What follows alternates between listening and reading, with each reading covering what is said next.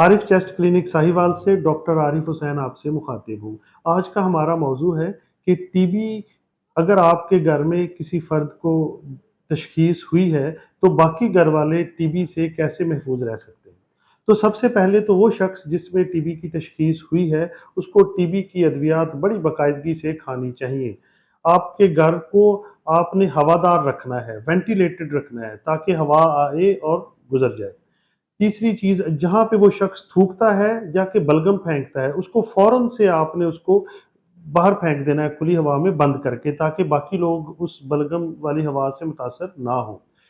इसके अलावा उस शख़्स ने और बाकी तमाम अशख़ास जो कुनबे के मेंबर हैं, उन्होंने मुतवाज़न ग़िज़ा खानी है। मुतवाज़न ग़िज़ा हफ़्ज़ान सेहत के असूलों के मुताबिक ये है कि आप फ्रूट खाएँ, सब्ज़ियाँ खाएँ, गोश्त, अंडे, दूध और दूध से बनी तमाम चीज़ें आप खा सकते हैं। इसके अलावा दालें हैं, वो भी आप खाएँ। क्या चीज़ें आपने नहीं खानी? उनमें बेकरी, फ़िज़ी ड्रिंक्स और वो सारी चीज़ें जो कि चीनी बहुत ज़्यादा ना लें, तो ये आपने एहतियात करनी है। फ्रेश और ताज़ा सारी चीज़ें आप खा सकते हैं, कुदरती सारी चीज़ें आप खा सकते हैं। ये तो हुआ आपकी ग़िज़ा के बारे में।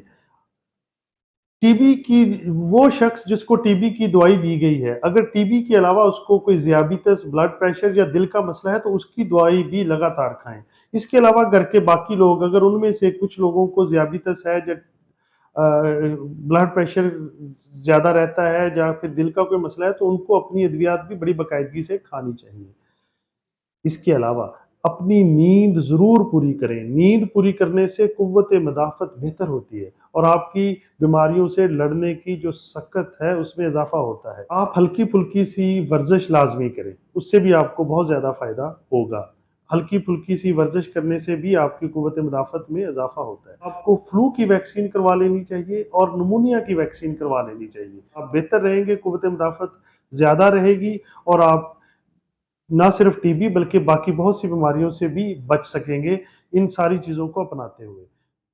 Thank you so much.